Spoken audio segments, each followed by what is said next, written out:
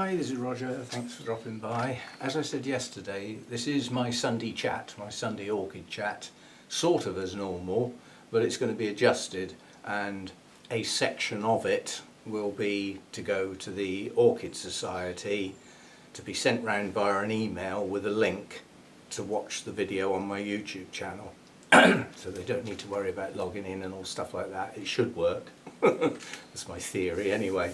This bit on the front I'll edit off, and there'll be another introduction in a minute as though it was a talk. And that's the idea of it. It's not replacing the talk I would have done, which is I won't say it's formal because you've got a job to get me formal, but you know, a more, this is the presentation and this is me talking along with it, that type of thing, which when people are watching at home on their own possibly isn't going to work. It would be impersonal, I think is a suitable expression. So me being in it a bit, not all the time, and chatting as though, you know, like this, I think would be more suitable. So that's the way the video is going to go. For my regular viewers, there's going to be some bits that might be a bit boring on the ground. You've probably seen them before. Like I'm going to be going over the kit and how that all works and functions and how it keeps the place the way it is. I'll be going over how this once was a conservatory with a sofa, you know, and moved into how it got to like it is now over time. With just a couple of plants, and then we know what happens next, don't we? Also for regular viewers, you'll have noticed some stuff's moved quite dramatically. One thing I just want to do something because it goes with a picture. Somebody posted a picture, I think it was on the BOC website, something like that anyway. It was a person holding an orchid that was absolutely massive with the title Dendrobium chrysotoxum, which defies all logic because it's not supposed to be a large plant. Small to medium at best. But I want to replicate the picture now. Now that I've got this in a place where I can get at it any time I like, that replicates the picture. It's a giant. Well, mine is, and so was that one. And I've found some others on the internet, mainly in the Far East. It can grow big. So you can't always take notice of what it says in the books, or even on some of the, you know, totally reliable internet sites. You go on orchidspecies.com, it says this is a small plant. Yeah, well, that's not my idea of a small plant. Anyway, it's come into bloom. There's still some buds to come, and the blooms are wonderful to look at. Very waxy and sturdy and fragrant. Very fragrant. It's a sort of honey fragrance. Anyway, that's for YouTube stuff. We'll be looking at it again, unfortunately, as part of the Orchid Society video. But I just wanted to replicate that picture because I did say I would when I got half a chance. Got blooms getting hooked up in the rack up there. Right. And that's about the only place I can put that. And if I swing the camera around, again you'll see it later, but this is the stuff that's had to move. The brassica is now here with its spikes here.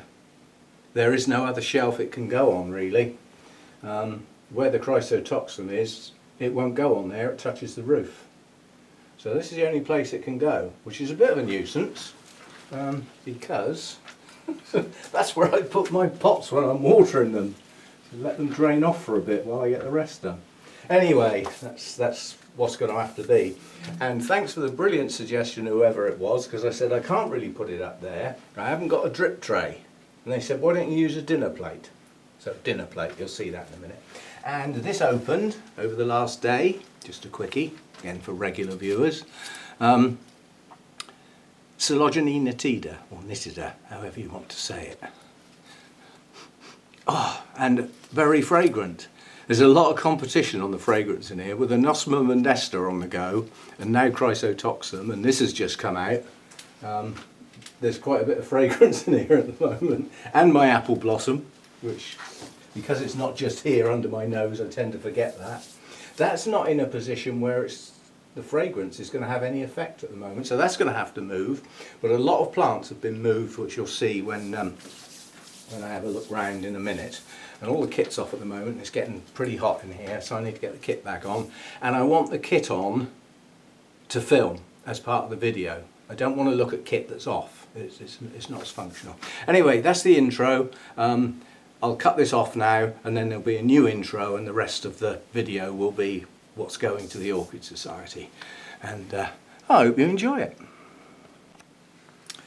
Hi, this is Roger Frampton. For those of you who don't know me, Wessex Society member, committee member. And firstly, congratulations, because if you're actually watching this, then you've managed to get onto the internet and onto YouTube, and you're watching a YouTube video. So well done for that. I know some are strangers to that sort of thing. Things you might not know is I do run a YouTube channel. I post videos up there virtually every day, orchid related topics, mainly about what you can see behind me. This is my grow room. We'll go over that in a minute. But the idea with this is it doesn't replace the talk that I was booked in to do for the April meeting, that then got moved to May, and then most of the year got cancelled anyway, so that just became a no-go. The talk will still get done at a later time, but that's a slightly more formal talk in as much as it's a presentation with me there and you all sat in your seats. Whereas this is a chat. It's just a look around my orchids, my grow room, the kit, just a chat, which, talking to Lynn about it, seemed to be a bit more suited to people who've got to sit at home and watch it. That's the difference. You're not at the meeting, you're not with your mates, you're not sat in the comfy chair or that sort of stuff, although you're probably sat in a more comfy chair at the moment. But this idea of just an informal chat, looking at some plants and things like that, might be more suited to people stuck at home. You know, you're now watching it in your own environment, on your own piece of kit, whether it's a laptop, computer or whatever, or on your phone even. But it gives you access to effectively YouTube videos. Now that you've found your way here, in behind this video are about another 4,000 if you want to go and have a listen or watch. If you can work out how to get back here in the first place. But the idea with this was to do it via an email with a link. And the idea is you don't need any tech savvy or anything like that. You click on the link, you either get to the video or you don't. If you don't, I probably couldn't help you. If you do, you're here and we're up and running. So that was the theory. And that's just a little introduction basically. And I'll take the camera off the tripod now and we'll have a look round. It's quiet at the moment. I've had to shut all the kit down even though it's a nice day here. The temperature's climbing in here quite dramatically at the moment. So I need to get the kit back on to do its job, and then I can film it while it's on, and then we'll turn it off and get rid of the noise level and have a look at some plants and let's just have a chat. Yeah? For me, it's a Sunday morning. I do a regular video chat on Sunday mornings where I pick an orchid topic of some sort, sometimes quite obscure, and I do a Sunday morning video chat with the people who follow my channel. And hopefully some of you will now come and join me. And just remember, our illustrious chairman now runs a YouTube channel. She's doing it as well, and it's coming on quite well. I've got competition. But it takes quite a long time to build up a channel. But yeah, good stuff. So let's get going. Okay, so this is all the kit's on at the moment, so obviously there's a noise level. That's my extractor fan up there. It's an 8-inch fan connected up to a thermostat, and it sucks hot air out into the outside world quite efficiently. That moves quite a bit of air, that one. And it's got a little partner in crime down there, which is the inlet fan. So again, an 8-inch fan that sucks cooler air in, and that air circulation works quite efficiently, except when we have a heat wave and the air outside is warmer than it is on the inside, in which case it makes it worse instead of making it better. But under normal circumstances I can keep my temperature between around 25 and 28. Now obviously once those fans come on, I'm losing humidity, and Hurricane Hector down here replaces it quite rapidly. So although it drops down, eventually, because that dramatically cools the air as well as making it humid, it's a dramatic cooling effect, that thing. So eventually the temperature drops enough for the inlet and the extractor fan to switch themselves off again, at which point the humidifier or hydrofogger will keep going for an amount of time until the humidity comes back up to my setting, which is currently set at 75%, or thereabouts. Some of the gadgets I use are not 100% accurate, but they're close enough. And then up here I've got two large circulating fans, one of which oscillates up near the roof. Again, that stirs the air up. And then one down here that used to oscillate, but it can't anymore because it's had to go tight to the wall, mainly because when I got this new shelf unit in to store all my rubbish on, the stand wouldn't fit in there and I had to strap it to the wall without its long leg, basically. So those keep the air well stirred up. I think they're 16-inch fans. They're on their low setting. They've got a normal sort of breeze setting, and then they've got a strong wind setting, and then they've got gale force, which is number 3, which I very, very rarely use. But if it gets too hot in here, I will, because airflow across leaves will automatically cool them down.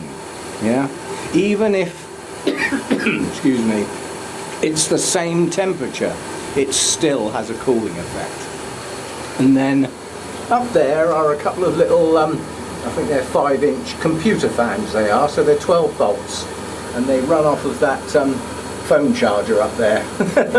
And there's a few of those dotted around. They just run 24/7. There's a couple up there sort of circulate across the roof, and then I've got some down here.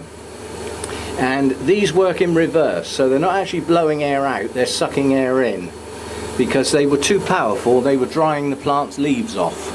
So they draw air gently across this area, which is where I keep most of my cooler growing, shadier ones. So there's a few there as well. So as far as temperatures are concerned, in the winter I go down to 12 degrees. And that's controlled on a thermostat with a heater. Yeah, so when it gets down to 12 or 11 in fact, the heater comes on and takes it up to 13, so it averages 12. It's got a 2 degree differential which it works with, and that's my minimum night temperature through the winter. The heater unfortunately is still in use at the moment because we're still getting some cold nights. But hopefully that'll stop soon and it can just get put away until the autumn again. These little Inkbird gadgets up here are replacements for ones I used to have that were not very reliable. So there's actually a thermostat here that's actually controlling these large circulating fans at the moment. So when the temperature in here gets to 21 degrees, they come on and they stay on till it drops below that temperature. So that's that one. And then the other gadget up there is the hydrostat, which controls the hydrofogger down here, which is getting my legs absolutely soaking wet at the moment. Dripping wet down here, so I stood a bit too close to it. The inlet and the extractor fan have got their own little thermostat up there, that little square unit there. Cheap and cheerful from China, couple of quid. They are prone to going a bit wrong though, which is why I got the better quality replacements. Those aren't brilliant, but they're a lot better than the other ones. So that's the kit really. The building itself is it's roughly a 2.2 meter cube with a slightly sloping roof. But yeah, it's about 2.2 by 2.2. There are no openings apart from the extractor and the inlet, which have just turned off. That's why it's gone a bit quieter, but not a lot. So yeah, 2.2 along there, 2.2 along there. Those are double glazed glass panels. They've got the green type shade netting outside, and then on top of that they've got the aluminium stripy shade netting, so 2 layers. I went down to 1 last year and quite a few of my Oncidiums didn't like it, which was pointed out in no uncertain terms, and was sorted.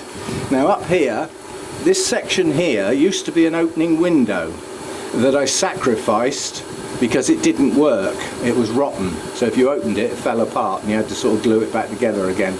So I took that window out, put a panel in so that I could have an extractor fan. And then unfortunately I had to sacrifice another large pane of glass over there to be able to get an inlet fan.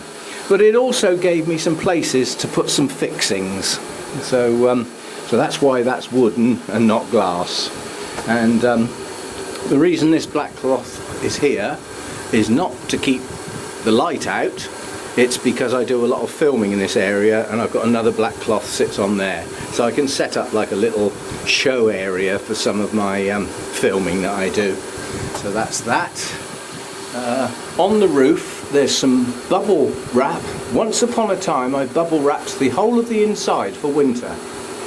And I had to take everything out to do it, and I swore I'd never do it again. And unfortunately, when spring came, I had to take it all down again. And I thought, yeah, and the roof stuff just stayed up there, and it's staying up there until it falls down. It's just too much like hard work putting it up and taking it down again. And then outside on the roof again is the aluminium stripy stuff. So that's that. Right. Okay, that's the kit. I wanted to film it with it basically on so you can see it running, but now I'm going to turn it off and do some more filming because it's a bit intrusive with the noise level. Plus I'm getting my wig blown off here, stood in front of the fans, so I'll be back in a bit. And then there was quiet. There's a bit of banging going on outside, somebody's doing some work. You can't complain about that. People doing work is not unnecessary noise. I'm happy with that.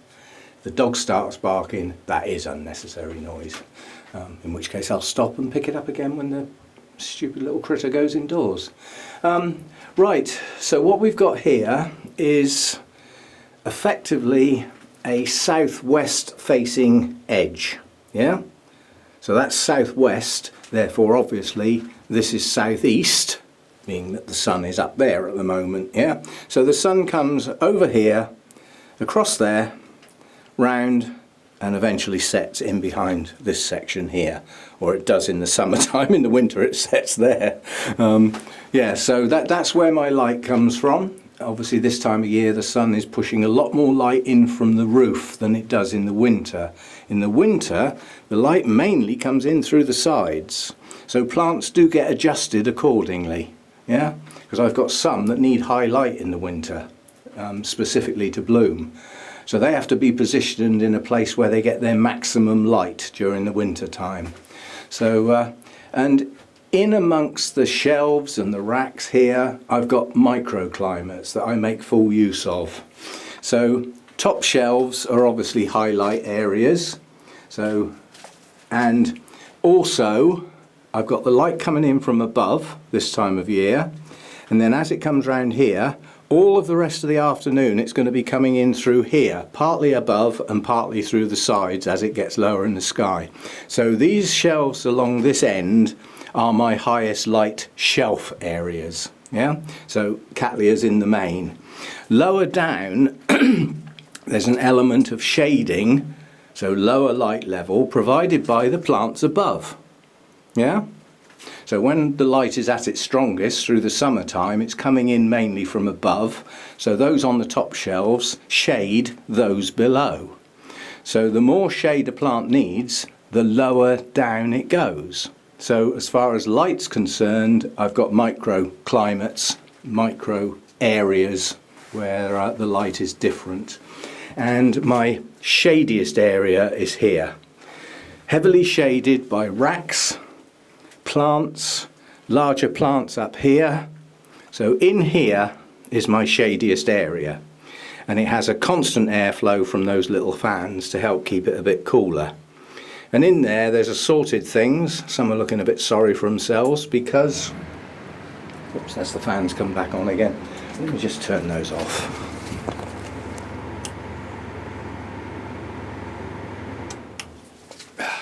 And the silence came back again. Yeah, so this area here is plants that in theory shouldn't even be growing here at all because of my daytime temperatures. The only reason that some of them are hanging in there reasonably well is the humidity level. Without that, I've got, well, there's some, you can see up the back there's some quite large Restrepias that aren't doing too bad. That one isn't doing so good. Well, it is actually, it just caught the light last year. I went down to one layer of shade netting and that one didn't like it at all. But yeah, there's some quite large Restrepias and various Masdevallias. There's a nice bud coming on that one. That Restrepia down there has actually got some blooms on. They bloom on and off all year round. Yeah, not all of these plants do well for me. I'm surprised this one's doing well at all. It's actually a Miltoniopsis species. A strange thing to call a Miltoniopsis. It's actually called Miltoniopsis phalaenopsis. Well, make your mind up already. And there's a Dracula hanging up here. That's got a nice bud on it. That's Dracula Bella. And various other things. Some more little Restrepias up there coming on. Some Sarcochilus. They need moving. They don't need the heavy shade. I read that wrong. And there's a couple of little Paphiopedilums up there. There's a little Delenatii, a Thomson, and a manky looking Mordier. Basically it lost its main fan and left the weaker one, but it's coming on. So that's my sort of shadier, cooler area, and anything that's in there is probably struggling a bit during the summer months, and in the winter it loves it. There's a little Bulbophyllum tucked in there as well, mounted one. Nice plants coming on nicely. And then on the top shelf it's assorted, it's just all sorts. It's mainly taller stuff, so some of my larger Oncidiums, Sotoanum round the back there, and this one is Tahitian Dancer, intergeneric. Some Dendrobiums that are tall, so there's various things there. This is a sorry sight. I'll put a pop-up of the picture of what this looked like about 5 or 6 days ago, but they almost all opened together this year, apart from those few down the bottom and those few in the middle that opened late. But nearly all of the others opened together, and it was quite a show, Dendrobium jenkinsii. But they don't last long. And of course, if they all open together, they all drop off together as well. That did look rather good a few days ago. On its way out now though, and that's it for another year. Up here is my highest light area because the shade netting doesn't come fully across. So I've got 2 Vandas up there. They do okay. I've got this strange thing here, which I was given, didn't ask for it. It was a gift from the speciotic plants on eBay for including them in my video. And Celii africana. Strange plant because it's the only one. And it lives up there where it gets the best light because they live in the treetops. Very high light plant, that. Recent acquisition. Each year I try a new genus, or do my best to. And over the last couple of years I've been trying things that live in here. Like last year I decided, well, if some of the Masdevallias and Restrepias aren't doing too bad, perhaps Draculas would grow okay. Well, that was a yes and no. But I've decided that we're not getting anything else that needs that environment because they don't like my summer. Yeah. But this year's new genus is Renantheras. Now, I've had to be selective because most of those are classed as warm to hot growers. Well, as I've already said in my winter, it ain't hot. Cue for a TV programme there. Yeah, so by selecting things with storyi in them, it's more temperature tolerant and doesn't need quite so much heat to still be happy. In other words, it's found in various environments, including up the warmer end of intermediate. So it's not, you know, a warm to hot grower. So I decided to get one of those, and I hadn't had it long. This is a good one. And we got purple leaves, didn't we? And why did we get purple leaves? Because I didn't stop and think where it came from and put it straight in the bright light. You're going to go from an unknown area to bright light, do it gently, because it could have been kept quite shady before you got it. And there's a few others of those. The other 3 are up the back there. So those are my new ones for this year. One's actually a intergeneric cross with a Vanda. The other two are Renantheras proper. One's a primary cross, and one is the species Imshootiana, as in shoot with SCH, not just SH. So, types of orchids then, we've done the sort of cooler stuff. Oncidiums and various intergenerics. Dendrobiums lots, including some that are not easy to grow. This is Dendrobium senile, and I have known many people try and grow this, and they're really pleased because it grows pretty good for a year or so, and then it just keels over. Well, I'm managing to keep mine going, and it is coming into new growth at the moment, so it survived the winter, and not a bad show of blooms either. Very attractive those are. And I've got various long cane ones in bloom at the moment. Some of the others have already bloomed and gone over. Some are forming buds to come later. But I do have a lot of dendrobiums. A lot. More oncidium types. That's a dendrochilum, which is going to somebody else. I'm not keeping that. There's some Miltoniopsis down in there. They don't do too well for me because, again, it's too warm. My little Desa's not doing too well because it's my own fault. That should have been repotted in the autumn. Now, that had quite a lot of peat in the mix there, along with perlite and grit and various things, very finely chopped sphagnum. And it likes an acidic mix, terrestrial obviously. Yeah, it likes an acidic mix, but doesn't like a sour mix, does it? I looked at my record, it's been in that pot far too long. And it's too late now, I've got a spike coming. So all I can hope is that some of the plantlets that are going to grow during this year, hopefully, can be rescued this autumn and potted up separately. A few more oncidium types. There's a little oddity on the end. That is, oh come on, Miltonia flavescens. Actually, I'll rename that. It's called Miltonia flavescens. Why the hell won't you bloom? So that's gone to somebody else to let them have a try. I've had that 3 or 4 years. It grows pretty good, but it just will not bloom. It's the only oncidium type I've got that will not bloom. So let's let somebody else have a go. That's the way I look at it. My only Cymbidium, that's going outside soon. So it's got a new growth coming.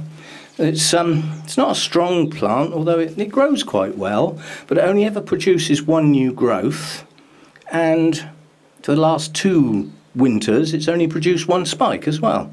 But 1 new growth and 1 spike on a plant this small isn't bad. It lives outside most of the year. What else have we got in here of interest? More dendrobiums. We have a Masdevallia on a high shelf. What's that doing there, I hear you ask? Well, as most of you will remember, we had a chat from a Masdevallia specialist.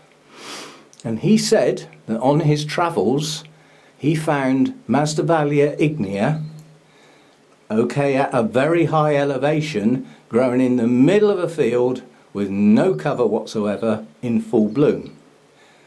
So when he got back from his jollies, he decided to give some of his plants some more light and forget what it says in the books and all the ancient writings and scrolls that have been brought forward from one to another without ever checking to see if it's true. And a lot of his Masdevallias that were poor bloomers suddenly burst into bloom. So I'm trying it with this one, and the first thing it's done is produce a spike. So I now agree. Okay, that's a pretty poor scientific experiment with 1 plant, but it worked. I've had that plant a long time, and it grows well for me, but it's never bloomed. So give it more light, now it does. I've got quite a lot of Tolumnias. I enjoy these, they take up very little space. And quite honestly, with a few basic rules, they're one of the easiest orchids to grow. The rules are basically just observing how they grow in the wild. Yes, they're epithets, but they're a special type. They're a twig epiphet, which means they grow on little tiny twigs in low-growing shrubbery and stuff like that.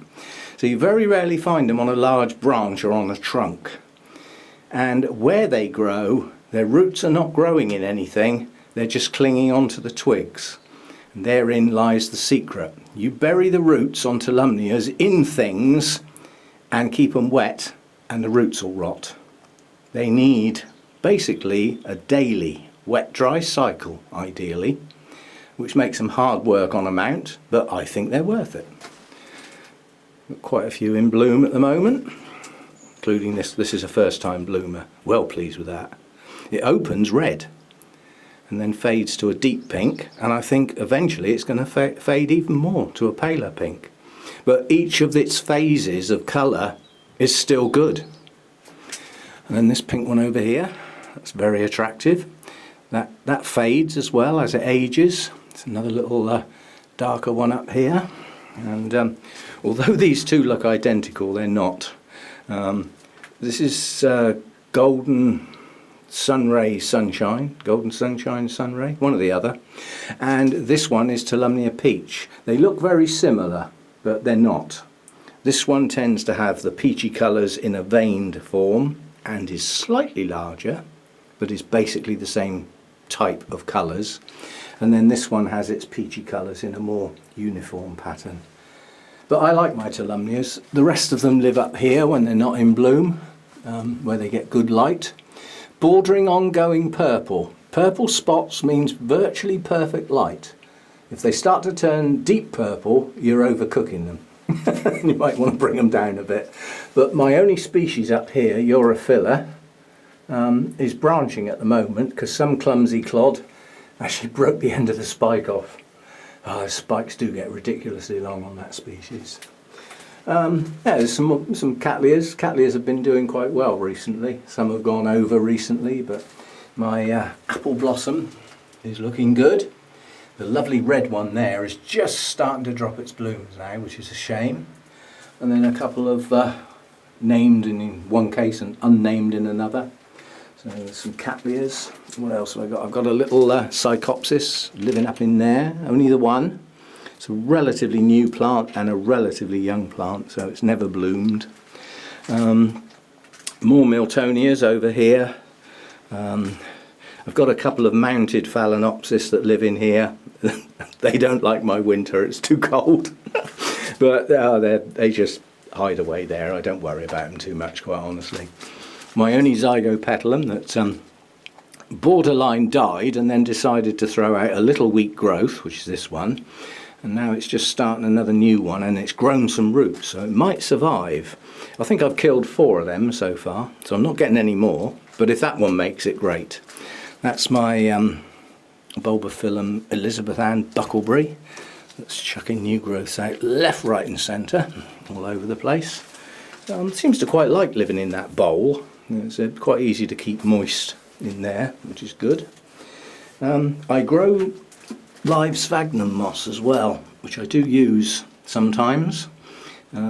Just literally, these are like seed trays but with no holes in, so they do actually hold a layer of water.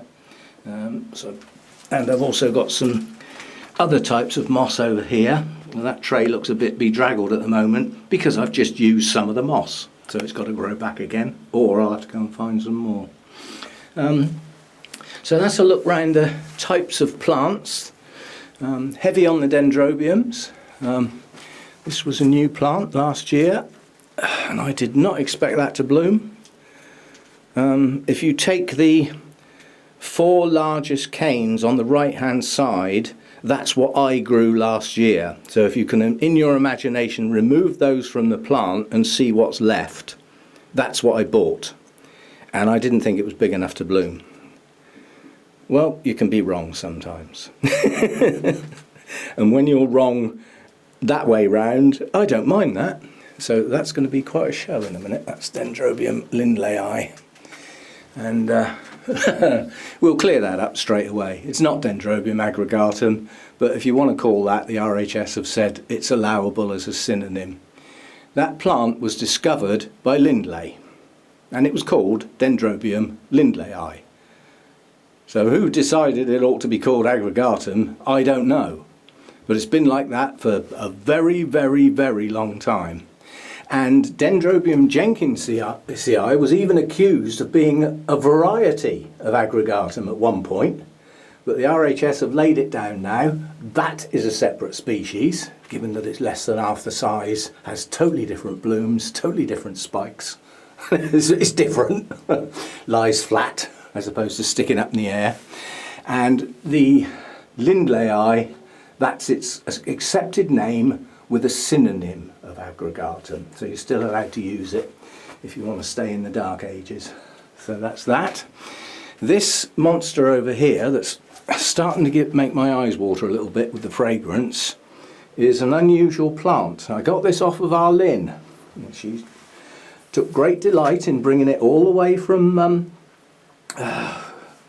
wherever we have our show, I've forgotten, begins with a P, where she lives, all the way to the Bournemouth Orchid Society to put in the auction.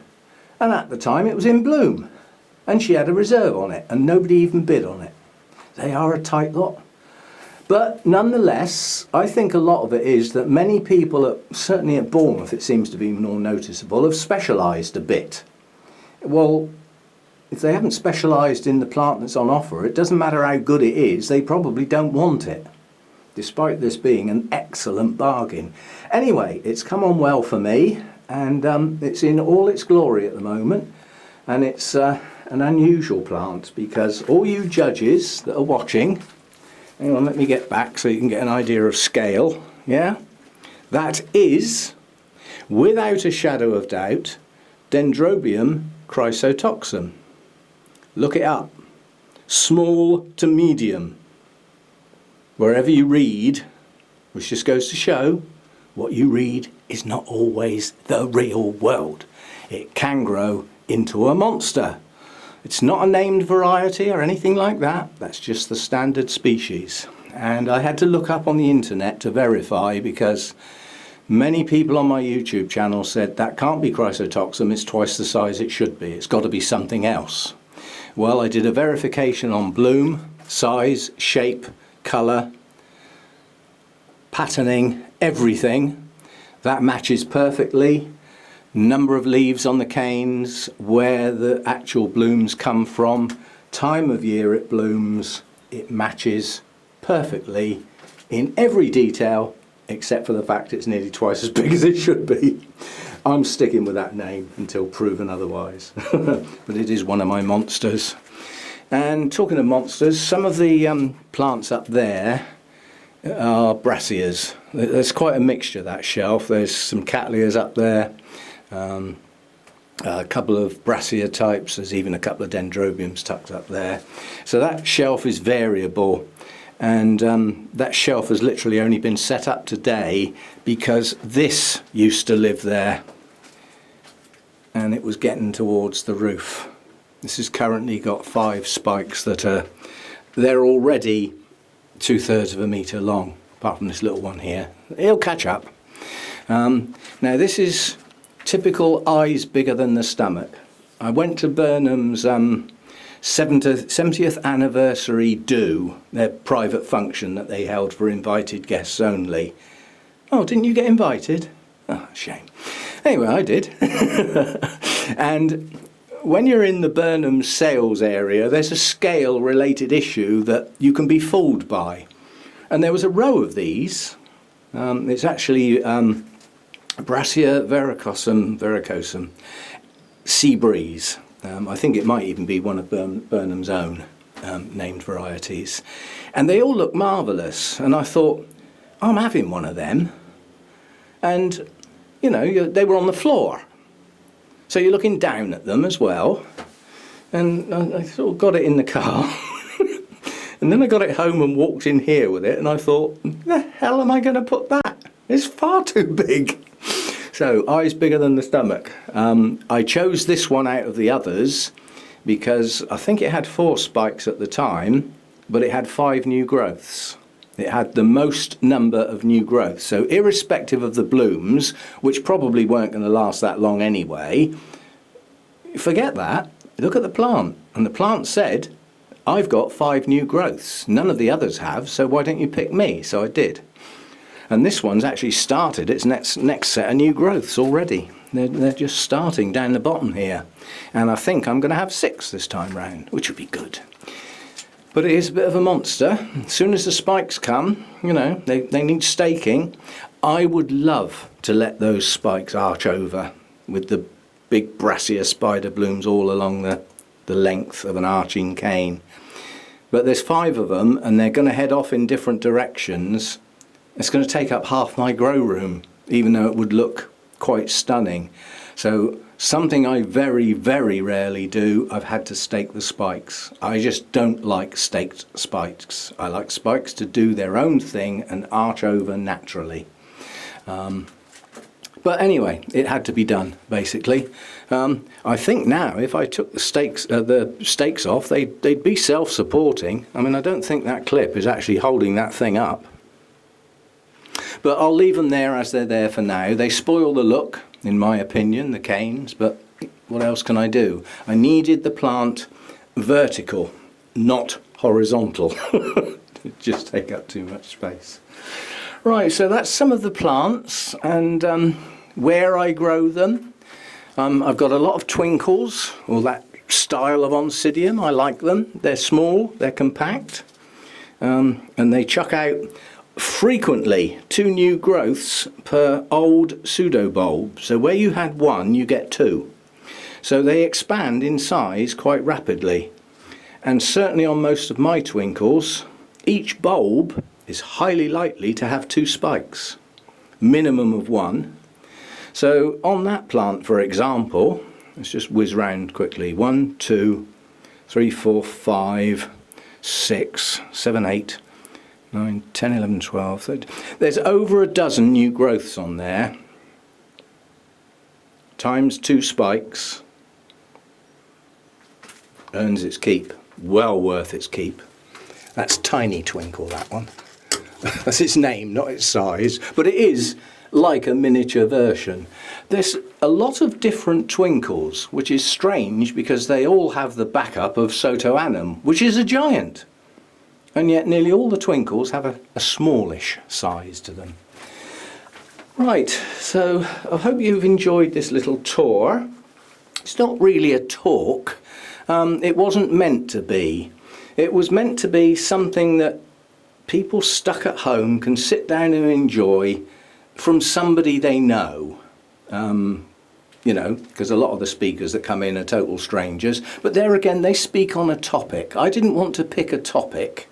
I just wanted to have a look round, a chat about the grow room, which once was a conservatory.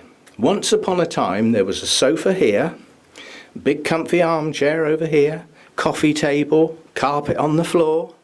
It was just a conservatory. And most of the time it was either too hot, you couldn't come out here, good for drying the washing, but that was about all, or it was freezing cold. And I didn't see the justification in heating it for the very rare occasions I might want to come and sit in it. So it was wasted space. So it's been adapted and refined over the years to become this, which is my little paradise. My little area of paradise. Well, that just opened today as well. You might be interested in that. It's a little Coelogene, Nitida. New name, replacing the old one, and I'm quite happy with the new name because I can say it. I had trouble saying the old name, so Orchid or Orchid or something or other. Anyway, Nitida just slips off the tongue nicely. Very fragrant. Doing well on the fragrance here. Obviously the Chrysotoxum's very fragrant. You've also got the apple blossom, very fragrant. Over here, Dendrobium nesta, highly fragrant, smells of raspberries. And the anosmum up here smells of raspberries, highly fragrant. And this is fragrant as well, but you'd never tell because it can't compete with what's going on out here at the moment. I've yet to have a Tolumnia that's fragrant, but you know, you never know. One day. And this little, this is a Victoria Regina cross, crossed with, come on brain, Goldschmidtianum, I believe. And it's almost in permanent bloom. It had a bit of a break in the winter, a couple of months, and now it's off again. It's still got lots of canes up here that are new, that haven't actually bloomed yet, and the new growths have just started. So it grows quite well for me, and it just stays in constant bloom. Obviously it hasn't got the colour that Victoria Regina has. Nothing has that colour that I know of. But it just keeps on blooming. So there's quite an assortment out here. They all sort of get on together, and there are some warmer growers that are not happy in the winter and some cooler growers that are not happy in the summer. And an awful lot that don't mind either way. So it's taken a long time to build the collection up and try things out and find things that just about work okay, they're tolerable. Things that seem to work great, brilliant, we'll have some more of them. And things that just grow like weeds out here, well, we'll have some more of them. But if I didn't try the new genus every now and again, I wouldn't know, would I? So there's a bit of experimentation happens, you know, now and again. And as I said, this year it's Renantheras. We'll see how we do with them. They might all die come the winter time because they're too cold. I suspect they will just stop growing rather than actually keel over. But they will just stop growing in those lower temperatures, I suspect. So as long as they can hang in there, and then they'll get going again when the warmer weather comes with any luck. Right, it's nice to have had your company. And I hope you're all looking after yourselves. Stay at home, play with your dogs, play with your cats, play with your computers, watch telly, watch some films. Go for your short walks, stay away from other people, don't invite your mates round. You know the rules, and they're there for a reason. For me, I don't need them. As far as I'm concerned, it's common sense. If I'm not going to catch this, then I don't need to get near anybody. So nobody comes in the house. Anybody who delivers anything leaves it well outside the front door, and I go and get it. And after I've dealt with it and unwrapped it, I do my hands. So I don't get near anybody. The only time I'm venturing out at the moment is for essentials, which at the moment is nothing more than food. Well, and drink. Oh, you've got to have a sip of wine now and again, of course. But yeah, that's it. So every 3, 4, maybe even 5 days, I venture round to the local little supermarket, do my shopping, get out quick, sort my hands out so that I don't take anything into the car with me, get home, get that door shut and locked. So I'm safe. Yeah?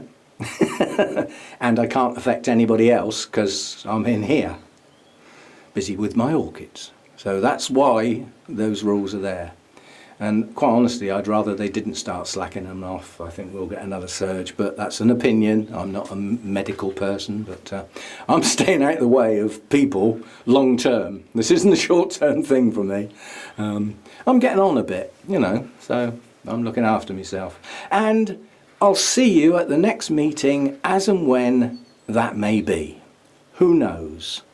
What I would really like is for it all to be back up and running again for the garden party.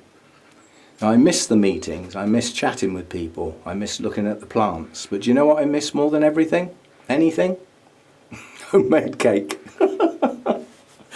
See you again sometime. Look after yourselves. Bye for now.